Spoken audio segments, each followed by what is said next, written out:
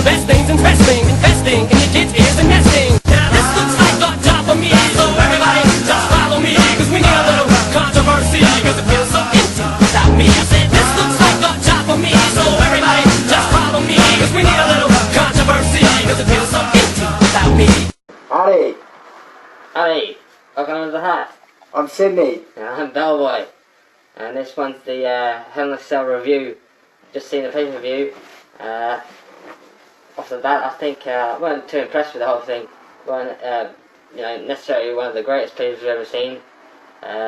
Started off with a Hell in a Cell match, which was quite a surprise. Undertaker vs CM Punk. Pretty quick, pretty basic, nothing to it. Taker winning the title, 7-time champion now, but I didn't particularly think this was a great match at all. No, it wasn't very good. Taker won the title, bit of a surprise, but yeah, not a very good match.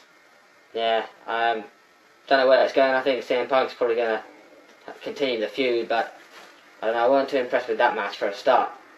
Then it went on, I believe, second match. What was the second match? I think it was, I can't remember, the Divas match, I think. Mickie James versus the other bird. Oh, Alicia Fox. Alicia Fox. Yeah. Mickie James retaining the championship, but I don't see this one continuing this feud. It's a bit of a makeshift match. Nothing to it, really, and Mickie James thought of a good DDT, though. I did think the DDT was quite a good, well-executed move. Yeah, but not a very good match again. No. Dolph Ziggler versus John Morrison. This was the Intercontinental title. This wasn't a bad match. They had a good lot of wrestling moves in it, but didn't really. I'd say it was probably one of the best matches of the night, but still. Yeah, it was good. It was good to see John Morrison firing up Starship Pain, as always, and Dolph Ziggler. They both showed great wrestling skills in the match. Not a bad match, but not one that will go down in the history of time. Nah, that's what the event lacked in general, just that little extra for the matches. But yeah, John Morrison retaining anyway. Now the unified tag team match was probably my favourite match, possibly my favourite match of the night. It was between that and the DX match. But Big Show and Jericho retaining it. Actually, crowd kind of liking Big Show and Jericho now. I can see the fan support getting in their direction. Not necessarily saying they're going to turn face, but I think they can see them gelling very well together, and they retained. Yeah, and that was a surprise. I thought Batista and Mysterio were going to win, but yeah, a bit of a shock to me. Yeah. Don't know where it's going to go, but yeah, they're becoming quite an established tag team to be reckoned with.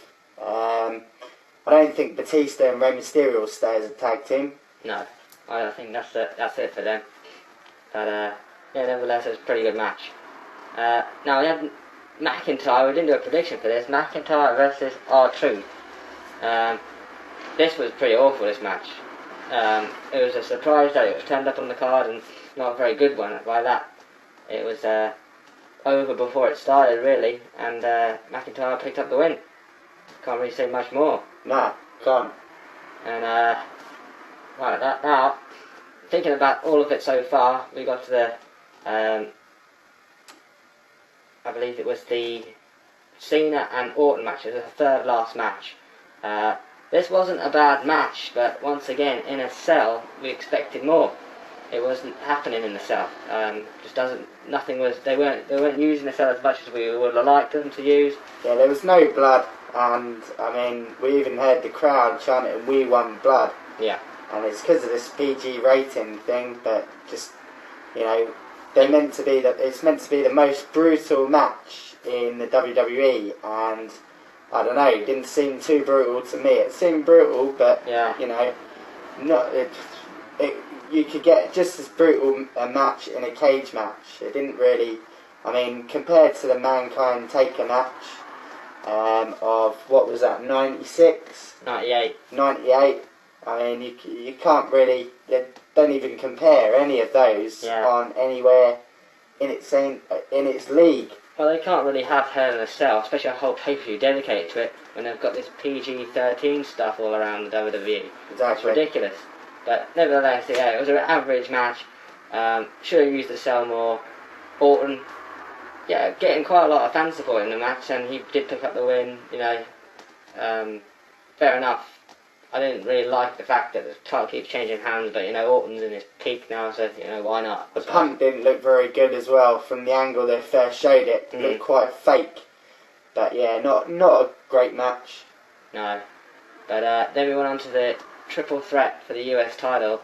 This wasn't that great. They were more like performing, you know, moves in sequence rather than any actual decent, like, main stuff going on in the match. I don't know. Didn't seem like it was flowing very well, and a bit too poetic, this match. It was just too much in flow, and Kofi Kingston picking up the win. I think they was just pretty much preparing themselves for the title match. It was just a Raw standard match. I mean, you could have watched it on a Monday Night Raw. It didn't have that main event extra that you'd expect to see in a triple threat. So, yeah. Thumbs down again. Yeah, I wasn't too impressed with that. And then we had the last match, and we were thinking, man, they got to really pull themselves out for this one. I mean, the rest of the pay-per-view hadn't been very good, in our opinion, up to this point. Yeah, and they did, but I think it had sunk a bit too low to even pull the event out of the bag with this match. Yeah, it didn't redeem itself just by this one match. The match was the best match of the night. Yeah, it was good how they had I mean, like, it was good to see Legacy putting it to DX for quite a while.